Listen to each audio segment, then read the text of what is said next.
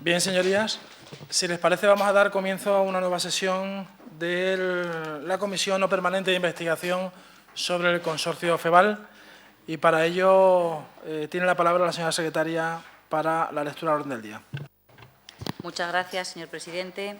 Orden del día, comparecencias de las siguientes personas. A las 10 horas, don Fernando Campón Durán.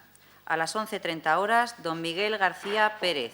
Y a las 16 horas, don Antonio Carande Checa.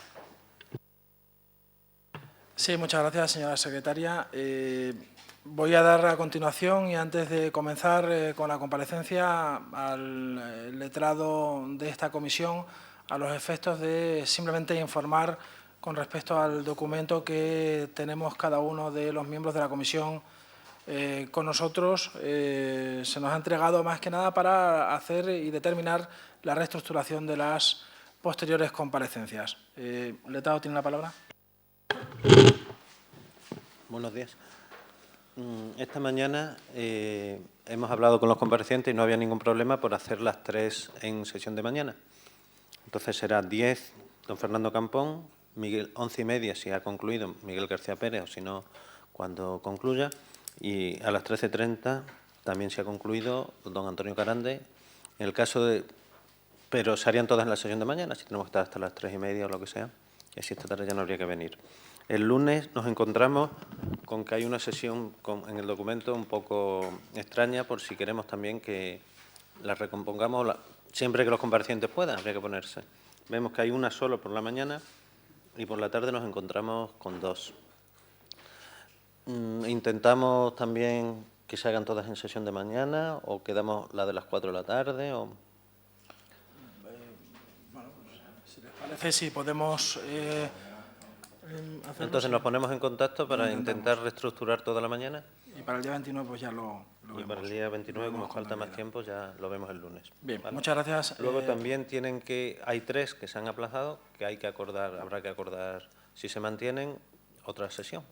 De acuerdo. Bien, ya lo vemos. Lo que sí debo entender, y también para que conste en acta, que con independencia del formato horario que viene establecido y que bien ha explicado el señor letrado, habrá que entender que las horas para que se pueda tener lo que son los plazos horarios determinados y acordados en la sesión plenaria que determinó el calendario y cómo iban a procederse las comparecencias de las personas interesadas por sus señorías, habrá que entender que todo estará en orden a que se cumplan los parámetros horarios a cada uno de los grupos. Si se llegase a reducir, sí que daría posibilidad a estos horarios. Si no se llegase a producir, lógicamente estaría en lo que es el horario inicialmente previsto. Es decir, hoy sería la siguiente comparecencia a las 12:30. ¿Me han entendido sus señorías? ¿Estamos todos de acuerdo? Perfecto. Pues, sin más, los servicios de la Cámara, por favor, si pueden decirle a don Fernando.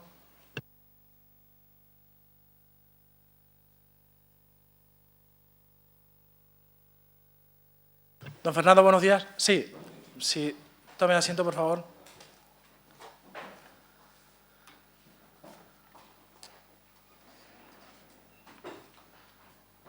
Don Fernando Campón Durán, buenos días. Muchas gracias en nombre de esta presidencia y del resto de los miembros que componemos esta comisión de investigación no permanente sobre el consorcio FEVAL. Le informo, don Fernando, que usted se encuentra aquí a solicitud de algunos de los grupos parlamentarios al objeto de hablar y ser preguntado a tenor de las relaciones profesionales que en su momento pudiera haber tenido de alguna forma con el consorcio FEVAL. De igual forma, y por exigencia, le he de decir que está en su derecho de no contestar alguna o algunas de las preguntas que se le formulen y de igual forma también le hago la observancia que usted perfectamente conoce del artículo 502 del Código Penal. De igual manera, señor Campón, también cualquier gasto que le pudiera haber supuesto su comparecencia hoy aquí ante esta comisión le será sufragado por parte y con cargo a los presupuestos de la Asamblea. ¿Lo ha entendido perfectamente? De acuerdo, pues a continuación y brevemente, don Fernando, le voy a explicar cuál va a ser la disposición de esta comparecencia. Inicialmente usted dispondrá de 15 minutos para manifestar, exponer a todos los miembros de esta comisión Pues las cuestiones relativas a su relación con el consorcio FEVAL y por el que conoce se encuentra hoy aquí compareciendo. Transcurridos esos 15 minutos como máximo, se dará comienzo a 3 turnos, empezando por el grupo de menor a mayor, iniciando por Izquierda Unida y terminando por el Grupo Parlamentario Popular, de 40 minutos, como digo, para ser preguntado y usted responderá a continuación de cada pregunta que se le formule. Una vez finalizados estos 3 turnos de 40 minutos, tendrá usted a su disposición y finalmente otros 10 minutos finales para manifestar, apostillar o aclarar cualquier cosa que usted haya entendido oportuno. Lo ha entendido perfectamente, don Fernando, lo entiendo. Pues muchísimas gracias y sin más tiene la palabra por término de 15 minutos.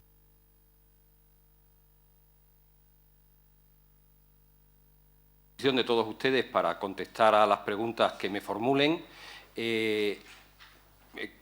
Pienso que quizás sea más práctico que ustedes me pregunten y yo les responda a que yo haga una exposición, porque puedo hacer una exposición muy genérica de temas que a lo mejor a ustedes no les interesan y intentando centrar el tema creo que sería más práctico, y así lo entiendo, salvo que el señor presidente me diga otra cosa, que yo responda a las preguntas que ustedes hagan.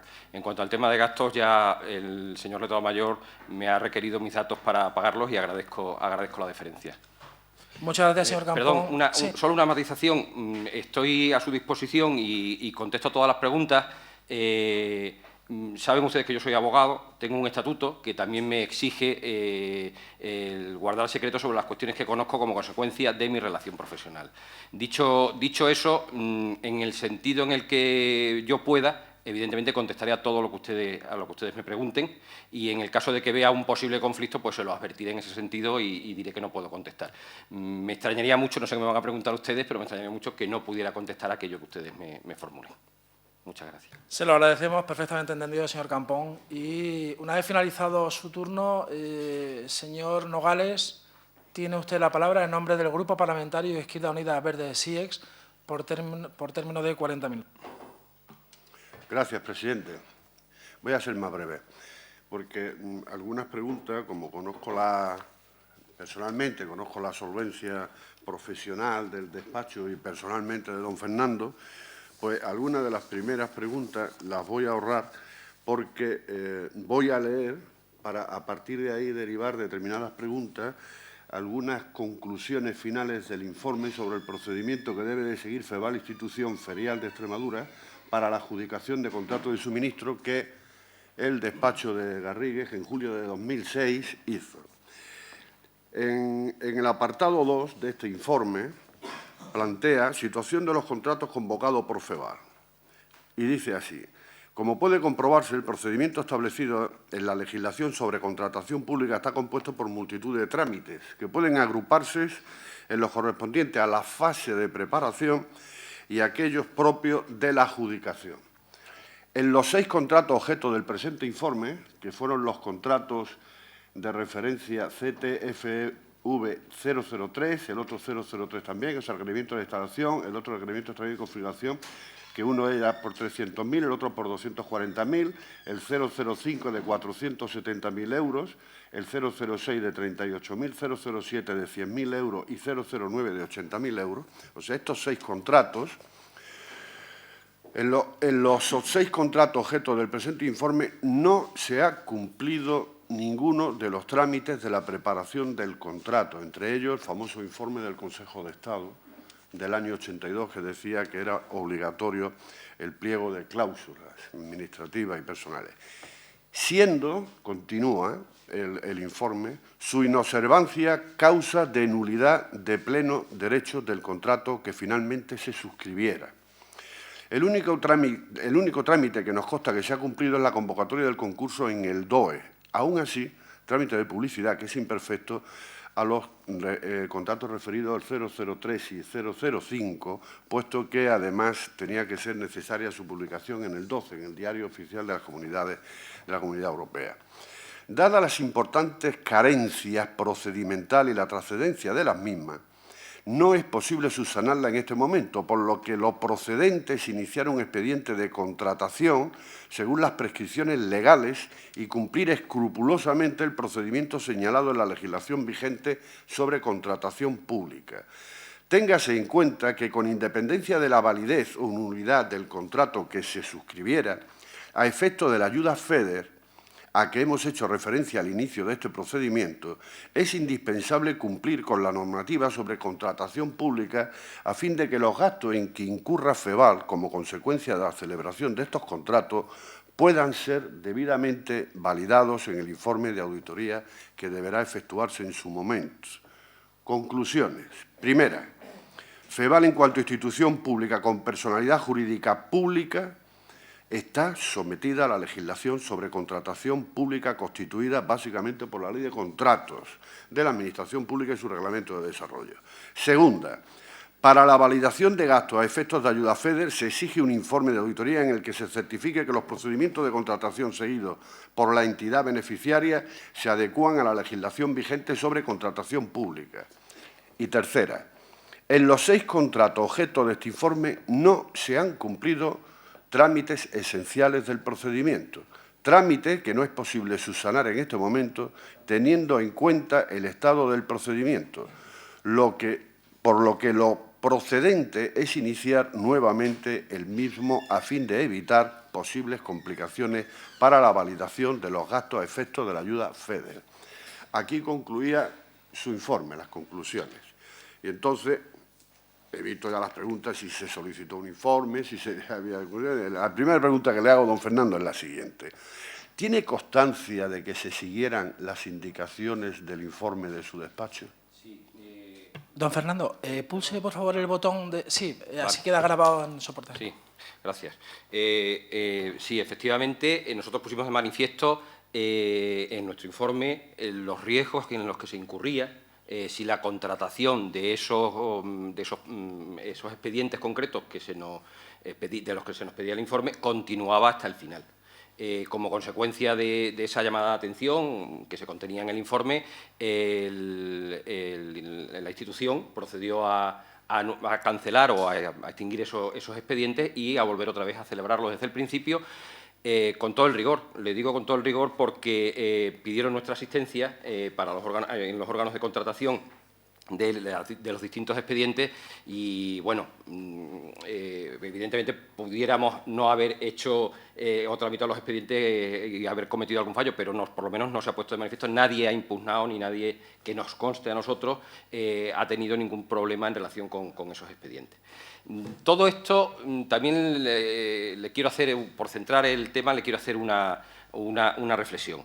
Es verdad todo lo que se dice en ese informe y todo lo que expresamos, pero no podemos tampoco dejar de tener en cuenta las singularidades de una institución como es un consorcio. Como es un consorcio no dedicado a actividades administrativas, sino a actividades de carácter público/privado. En el sentido de que es una herramienta que tienen las administraciones públicas, de todas ellas, y a pesar de que haya 3 administraciones locales, sobre todo de la comunidad autónoma, en la medida en que es la competente en materia de ferias y mercados, para la dinamización del mercado interior y no sé si también el exterior. Eso en los principios de lo que es el organismo como tal.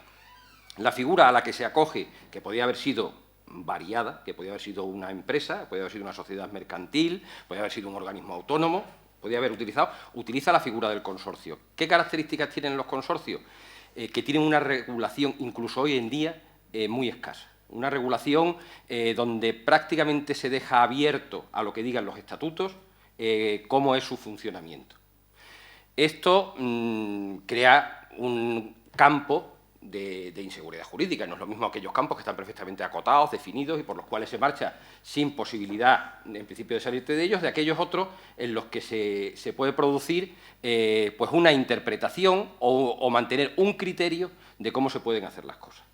En ese sentido, cuando se nos encarga este informe y nosotros lo ponemos de manifiesto, de alguna manera se nos traslada desde los órganos unipersonales del consorcio que no sabían que tenían que seguir determinados rigores o determinadas actuaciones en materia de contratación tan estrictas.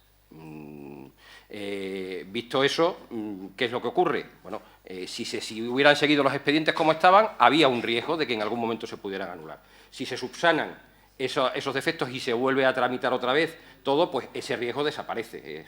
Es tan trasladable a cualquier otro ámbito del comportamiento humano que yo creo que no requiere más explicación. Ahí yo creo que lo importante fue, bueno, que he puesto de manifiesto que había un peligro, ese peligro, bueno, de alguna manera después se cortó, no se incurrió en él como consecuencia de cambiarse los criterios de contratación tal y como estaban ahí expuestos.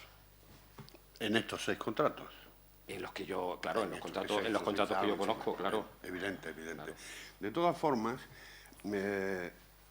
a pesar de, lógicamente, de las dudas, que no de las dudas, sino de lo que se manifiesta, hace referencia en las consideraciones, en la primera, el sometimiento de FEBAR a la legislación sobre contratación pública hace referencia a la sentencia del Tribunal Supremo de 28 de junio del 2004, donde dice que, evidentemente, los consorcios, que ya hay sentencia sobre el consorcio de la Zona Franca de Vigo, tiene que someterse a esa legislación. Sí. Y recomienda, además, que sea el Consejo, o sea, que se constituya rápidamente el Consejo de forma que no sea una persona quien tenga los poderes para poder plantear todas esas cuestiones. Como asesoramiento legal, diciendo recomendamos, para mejor transparencia y tal igual, que sea el Consejo Rector, rápidamente que se constituya y que sea el que vaya contratando y adjudicando. Sí. Está en el informe. Está en el informe, sí. Ya vamos a ver, aquí hay, miren,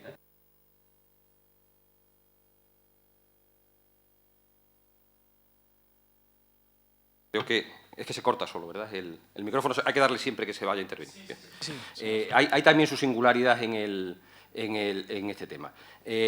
Por un lado, esa sentencia del 2004 abre una línea. Es una sentencia donde ya el Tribunal Supremo se pronuncia diciendo claramente que los consorcios son entes del sector público. Entes del sector público es un concepto que es más moderno, que en aquella época era un concepto todavía muy indefinido y prácticamente no utilizado.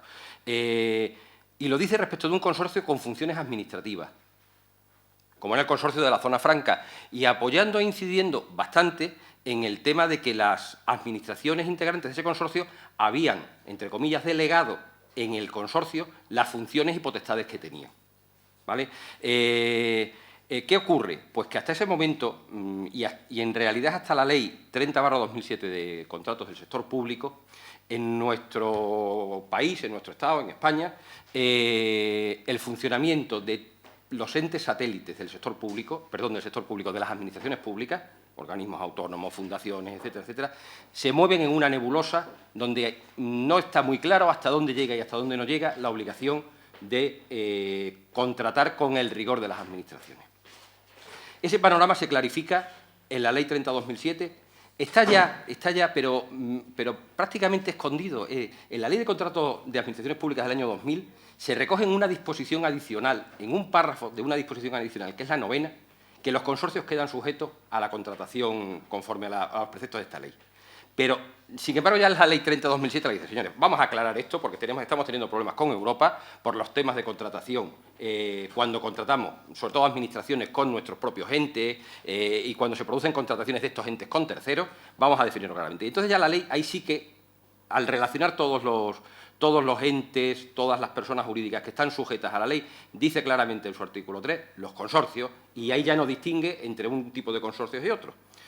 Más adelante, sin embargo, en relación con los consorcios que tienen unas funciones de carácter mercantil, industrial, que no son tanto de tramitación administrativa, por ejemplo, modo de consorcio de tramitación administrativa, el consorcio de la Ciudad Monumental de Mérida.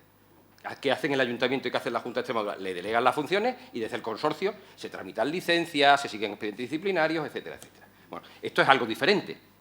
Pues en normativa posterior, de alguna manera, se vuelve otra vez a abrir un poco la mano en relación con este tipo de entes para que tengan más flexibilidad en la contratación. ¿En aras de qué? ¿En aras de menos transparencia? No, en aras de buscar agilidad, de buscar funcionamiento, operatividad, eficiencia, etcétera, etcétera. Entonces, volviendo otra vez, perdón, no sé si le aburro o me extiendo en exceso. Volviendo otra vez a lo que usted manifiesta, efectivamente, esa sentencia marca esa línea, pero la marca, ya le digo, en relación... Y no es tampoco línea continuada. Lo que sí es cierto es que a partir de esa sentencia del 2004, por decirlo de una manera coloquial, nuestras administraciones y nuestros poderes gobernantes se ponen las pilas en relación con los temas estos y los clarifican. Y los clarifican sobre todo aprovechando una directiva comunitaria que es del año 2004 que se transpone en la Ley 30/2007. Y ahí se clarifica bastante más el tema de la contratación por parte de estos entes. Claro, nosotros, los abogados, los asesores jurídicos, ¿qué es lo que debemos? Pues recomendar toda la prudencia. Que nosotros recomendemos la prudencia, que hagamos la advertencia de aquello en lo que se puede incurrir, no quiere decir que lo que se haya hecho necesariamente esté mal hecho. Existe el riesgo de que, llevado eso a un tribunal, el tribunal lo puede invalidar. Entonces, ¿cuál debe ser nuestra opinión? Mire usted, está usted incurriendo en este riesgo, sopéselo. O sea, si no se cumplen estas recomendaciones, cualquier impugnación puede ser ganada. Puede ser ganada, pero... Puede anular el concurso. Claro, lo tendría que decir un juez en cualquier caso. Ya, evidentemente, en caso de impugnación, sí. En caso de eso. Hay lo que nosotros, a lo que ahora se dice también con mucha frecuencia, hay una contingencia, un riesgo de algo que puede pasar. Hay una contingencia, evidentemente. Estamos moviéndonos en el terreno de la contingencia, lo que puede o no puede ser. Efectivamente. Pero si se da... Sí, se da, y se corre ese riesgo. Claro. Se corre ese riesgo. Usted asesoró a FEVALE en todo el proceso de sucesión de las empresas, de la subdivisión de las empresas. Sí, bueno, ¿no? Asesoramos en el despacho. En el despacho lo digo porque es que aquí hay en realidad eran muchas patas, ¿no? Había cuestiones mercantiles, había cuestiones de derecho público, había cuestiones laborales, había cuestiones fiscales también. Entonces, de alguna manera, fuimos varios los compañeros que estuvimos trabajando en relación con el tema y la reestructuración del consorcio. Sí. ¿Tiene constancia si se siguieron desde la institución todas las indicaciones que desde el despacho se le hicieron para este proceso de...? Es que, verá, el proceso era un proceso donde se migraba hacia una estructura diferente, pero era totalmente novedoso.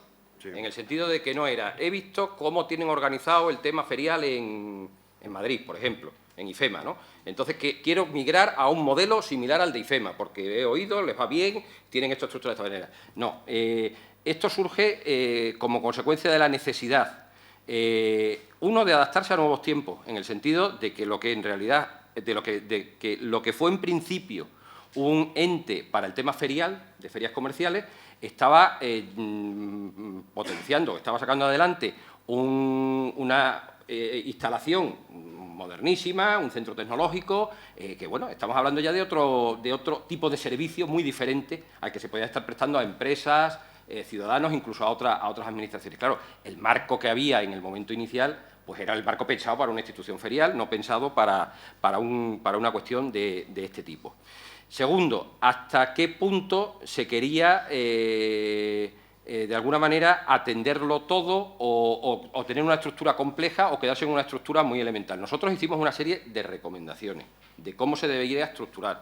De tal manera, y se lo resumo, que en nuestro criterio lo mejor era que el consorcio quedara exclusivamente para las cuestiones corporativas, abstraído y exclusivamente para las cuestiones de derecho público, y que en el funcionamiento tanto de prestación de servicios a la propia administración como de prestación de servicios a las empresas se hiciera a través de sociedades, porque permiten una serie de sinergias fiscales que son interesantes. En este caso estamos hablando de la fiscalidad que afecta a una empresa del sector público extremeño y son impuestos que hay que pagarle al Estado. Mira, cada cual dice, todo quedará en el fondo común, sí, pero cada cual quiere optimizar su propio presupuesto, ¿no?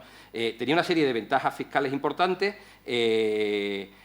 por un lado, y por otro lado había una separación que venía marcada desde Europa por un tema que también era relevante, es decir, que la dinamización del mercado interior en temas feriales iba pareja a una serie de encargos de trabajos por parte de la propia Administración, fundamentalmente de la Junta de Extremadura, que, de acuerdo con los criterios de la Directiva de 2004, no podían mantenerse si al ente al que se le encomendaban, a su vez compartía ingresos que le provenían de otros sujetos privados, lo cual obligaba a que ese ente monolítico, por decirlo de alguna manera, como podría ser el consorcio, de alguna manera se armara de una serie de brazos con los que pudiera atender todas las funciones.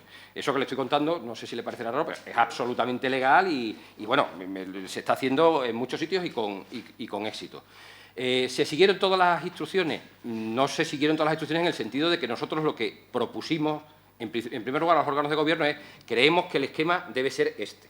Sobre ese esquema que les presentamos, nos dijeron: esto me parece interesante, esto tal, esto me parece excesivo, esto otro lo querría de esta otra manera. Bueno, pues, y a partir de ahí ya les desarrollamos un informe muy amplio con todas las consecuencias y todo lo que habría que hacer en relación con aquello. Hubo después una tercera fase. Claro, cada fase de alguna manera se cerraba en ella, porque después la institución podía decir: pues quiero seguir o no quiero seguir, estoy o no estoy, porque no, ya digo que era un modelo creativo en el sentido de que no había un modelo anterior en el que de alguna manera reproducir o adaptar a la realidad de FEVAL. Y después, durante lo que es el proceso de desarrollo, que también les asistimos, la creación de las sociedades, la reforma de los estatutos de FEVAL y otra serie de cuestiones, igualmente pues se nos suscitaron desde los órganos de gobierno determinadas modificaciones a lo que nosotros proponíamos. Al final el proceso, en lo que yo conozco, se cerró con la inscripción de las sociedades en los registros mercantiles, con la modificación de los estatutos, que quedó también debidamente registrada y aprobada por los órganos de gobierno, y no sé si habrá habido algún problema a posteriori. La verdad es que no se nos trasladó en ese sentido que hubiera dado algún problema de funcionamiento o de legalidad lo que se hizo.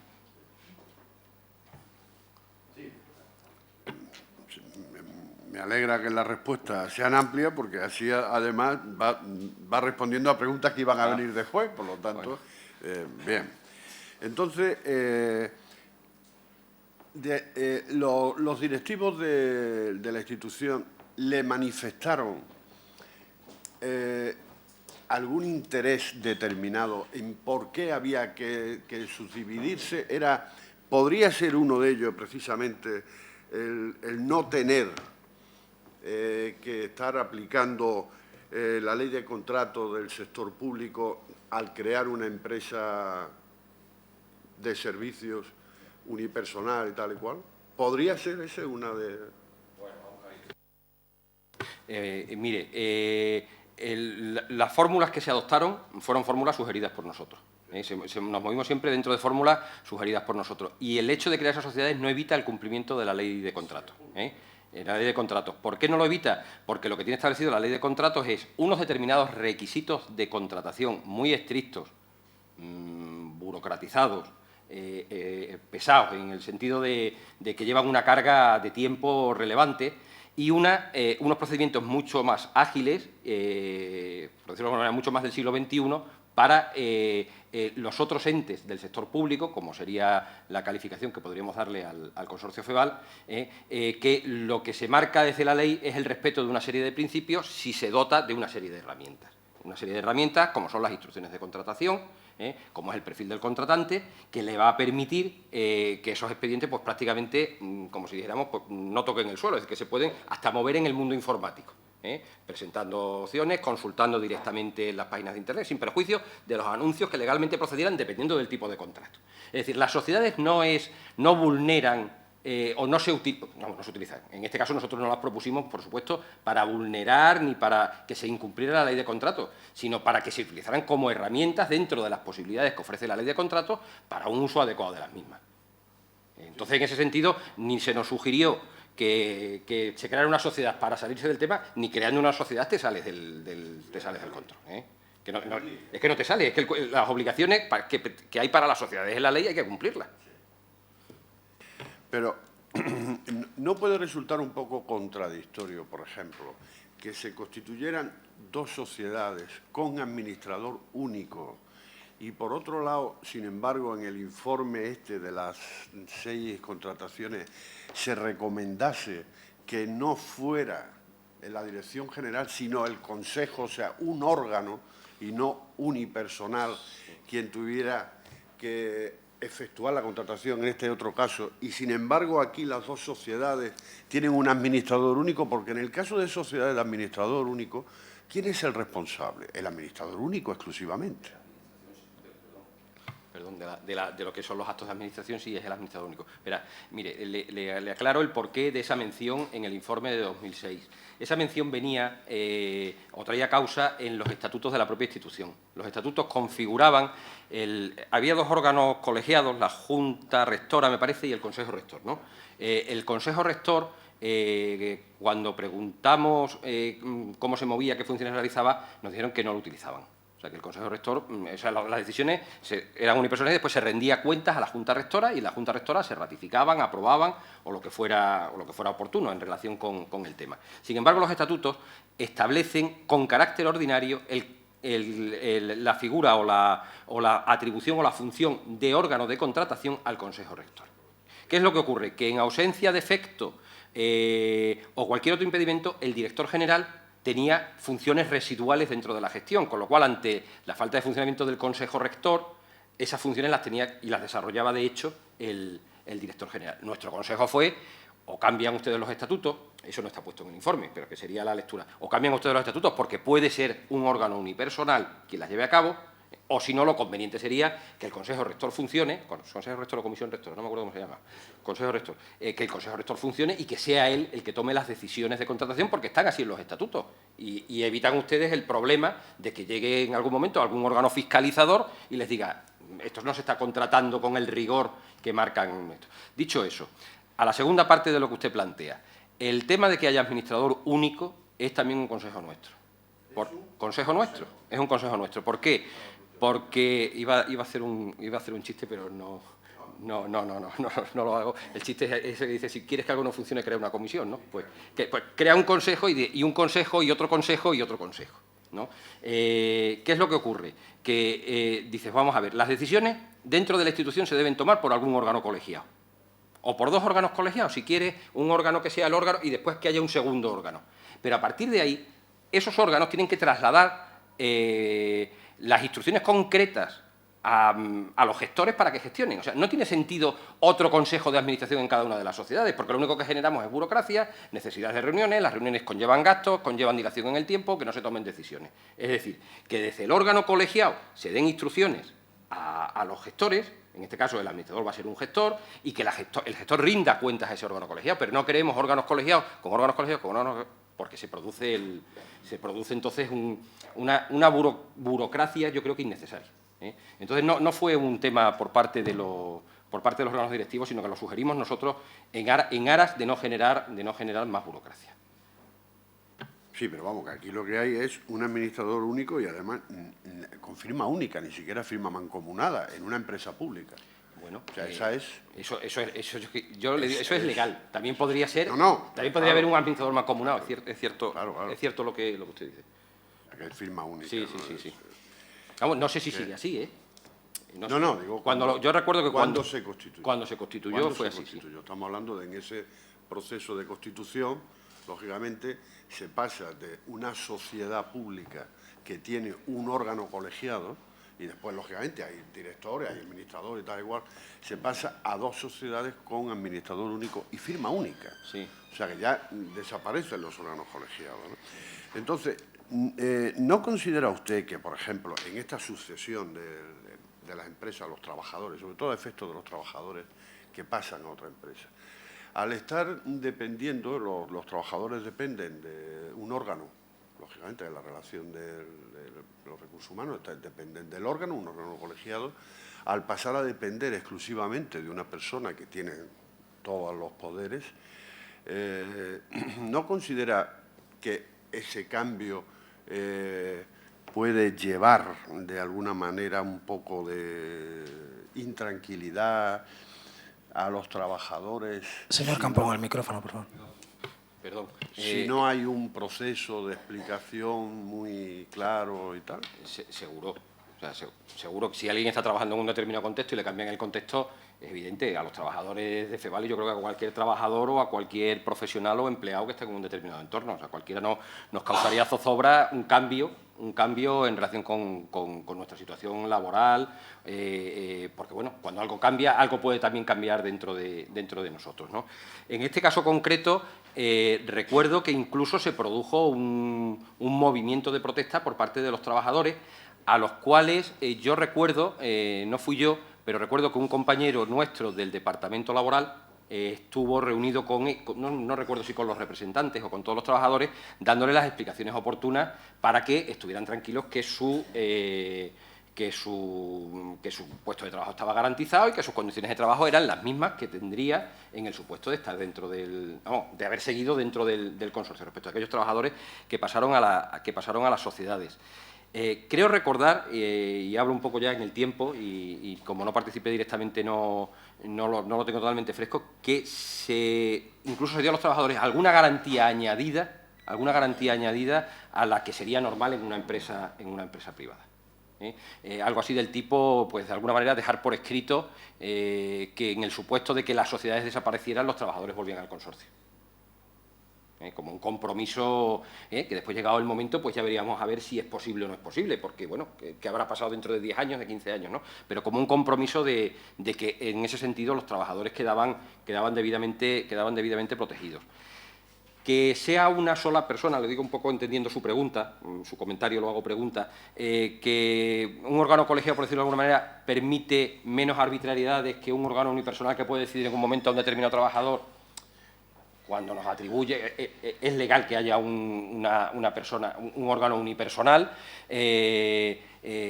cuando nos atribuyen funciones o se atribuyen funciones, pues evidentemente hay que ejercerlas rectamente. Lo que no se deben ejercer es de manera arbitraria, y si se toma una decisión en ese sentido, bueno, pues ahí están los tribunales y deben corregirla.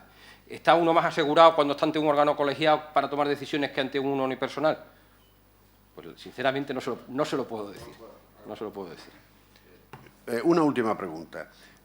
¿Conoce usted muchas empresas de carácter público que tengan administrador único y única firma y tal, que no tengan ninguna mancomunidad o ninguna responsabilidad compartida?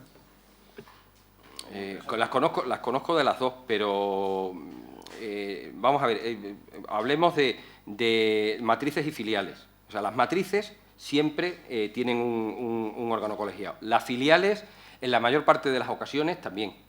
Y supuestos de filiales con órgano unipersonal que rinde cuentas a la matriz, a aquella sociedad que tiene a su vez todo el capital de la filial, también hay algunos.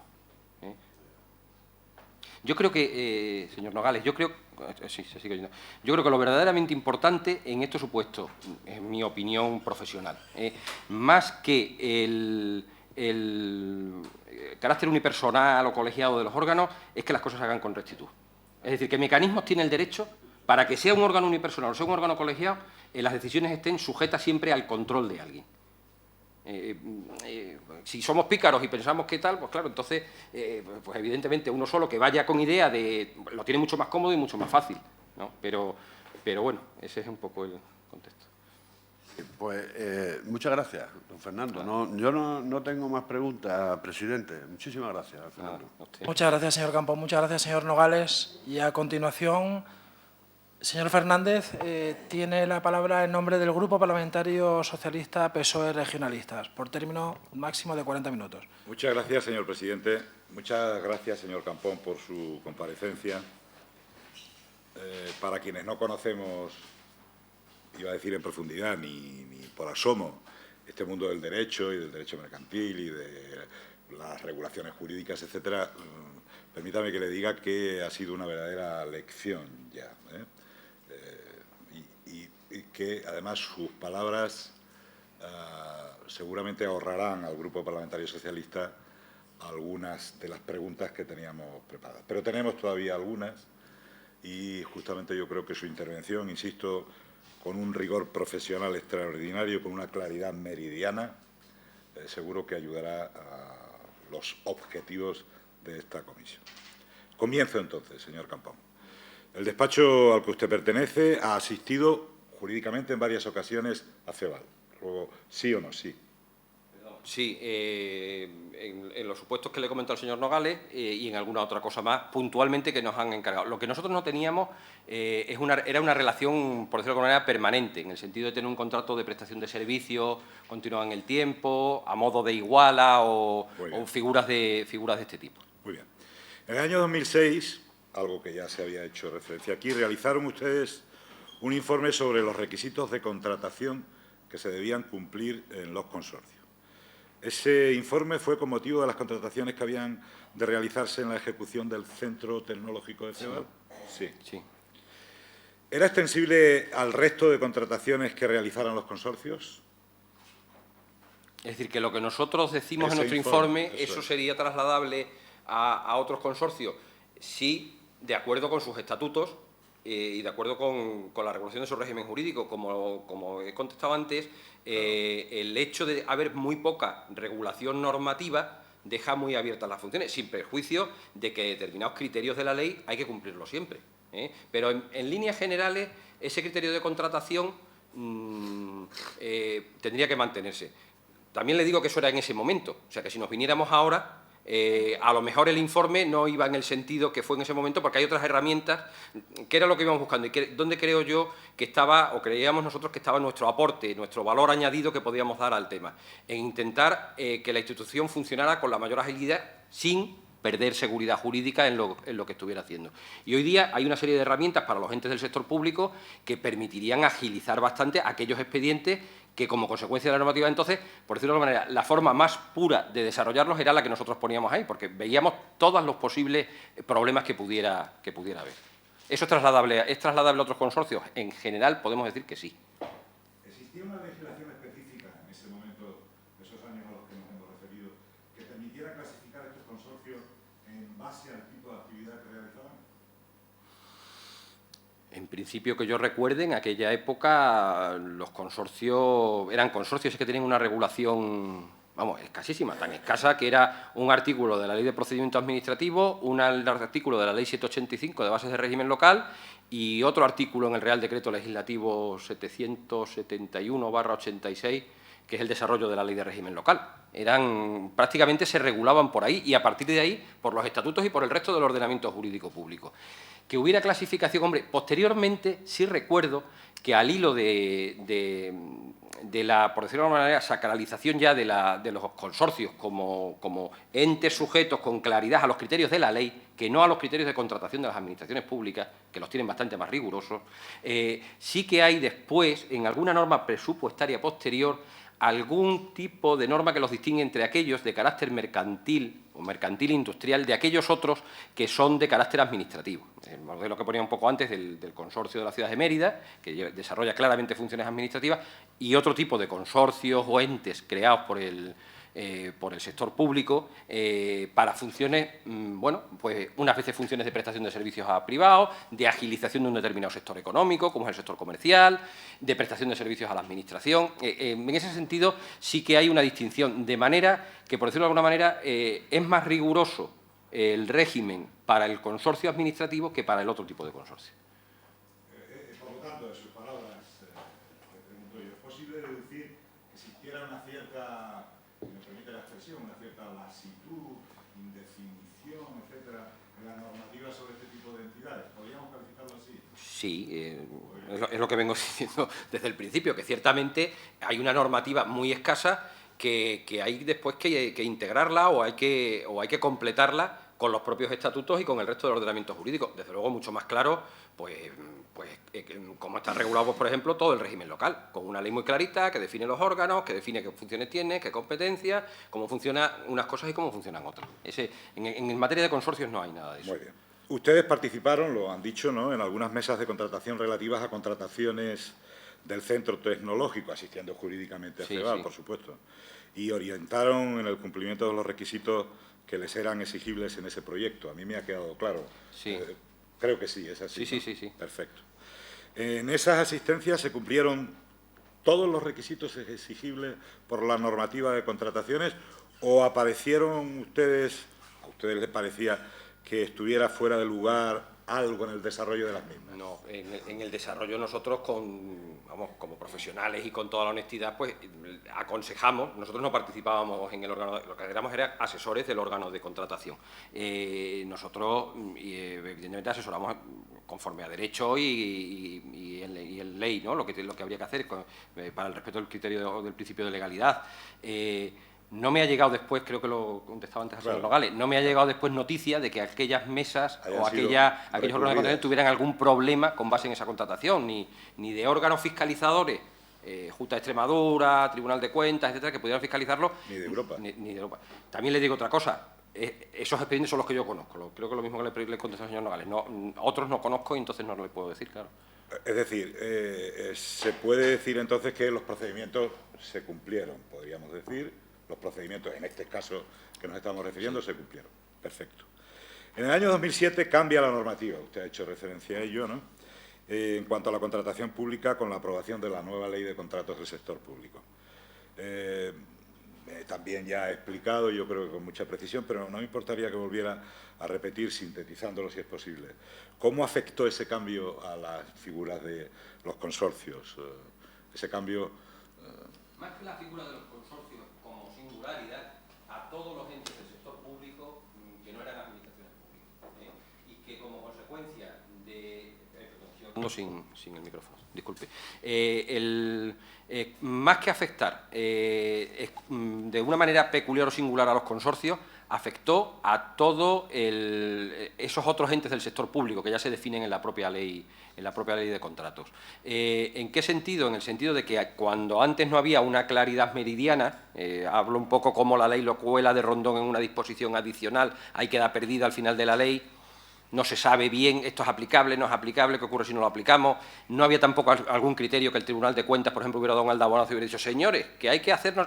Entonces, ahí se movía ese ámbito, el Supremo aclara y va diciendo, señores, que esto es ente público y que esto tiene que estar sujeto a lo dispuesto en la Ley de Contratos para contratar. Y a partir de la ley, lo que ya sí se produce es una generalización. Entonces, ¿qué es lo que ocurre? Que hay que adaptar todos los procedimientos de contratación que se pudieran estar llevando a los criterios de la nueva ley. Y la nueva ley daba muchas posibilidades. Daba muchas posibilidades porque en ese sentido era flexible con los otros entes del sector público. Flexibilidad no debe entenderse como puertas abiertas hacia conductas ilícitas, sino como fórmulas de gestión, sobre todo que vayan en aras de la eficiencia, de la agilidad, sin perder los principios, ¿no?, que rigen los criterios de contratación, principios de publicidad, principios de concurrencia, de transparencia, etcétera, etcétera. Se lo agradezco muchísimo, don Fernando, y le ruego que vayamos deprisa, sobre todo porque los grupos tenemos la limitación reglamentaria, como es lógico, de un tiempo tasado. Disculpe. Pero a mí me está interesando mucho y además creo que nos está ayudando mucho, insisto. Y yo le preguntaría a una persona lega como yo en el ámbito del derecho, y cualquiera de las personas que nos puedan estar escuchando, viendo en este momento, se le podría ocurrir la pregunta. Antes de la ley, FEVAL era una administración pública, más o menos, ¿sí? Tendría los controles sometidos a ella. Después de la ley del sector público, FEVAL tenía más capacidad, más flexibilidad, más capacidad operativa, más flexibilidad, más operatividad, con los controles pertinentes. Antes había más encorsetamiento, si se me permite la expresión, y después más agilidad, más operatividad. Mire, vamos a ver, administración pública,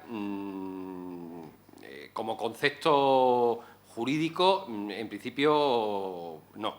Es decir, ente del sector público que está sujeto al régimen de contratación de la Ley de Contratos de Administraciones Públicas, sí. Eso, perdone que sea tan preciso, un poco repipi, pero es que hablar de los términos con corrección puede tener su importancia. Es decir, ahí sí que el FEVAL está sujeto a la Ley de Contratos, y como la Ley de Contratos no distinguía, la Ley de Contratos del 2000 no distinguía fórmulas de contratación por parte de los otros entes del sector público, que no son las administraciones públicas, con una escala, como establece la ley del 2007, donde por un lado están las administraciones públicas, por otro lado están los poderes adjudicadores y por otro lado están los otros entes del sector público, donde yo entiendo que es donde tiene el encaje FEVAL.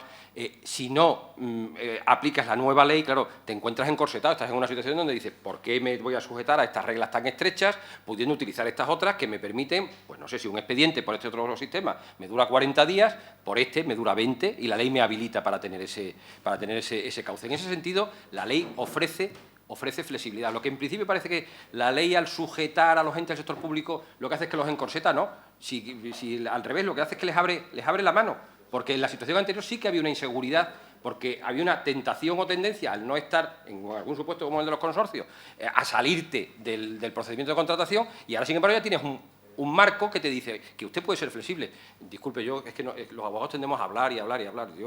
Cuando usted diga, usted me corta y dice, eso ya está respondido, y me pregunta usted otra. Muchas gracias. Voy a la siguiente. Es decir, CEVAL tenía que cumplir estrictamente los requisitos o principios que marcaba la ley de contratos del sector público, o como ente del sector público debía contemplarlo, pero sin esa sujeción. Bueno, en el contexto y en el marco de un poco de lo que hemos dicho, es decir, a partir del 2007 lo que tiene son sus reglas de contratación, que son las reglas de contratación de los otros entes, que implica también un cierto desarrollo de su organización interna, dotándose de unas condiciones de contratación, creando un perfil del contratante, es decir, mecanismos y herramientas que le van a permitir desarrollar.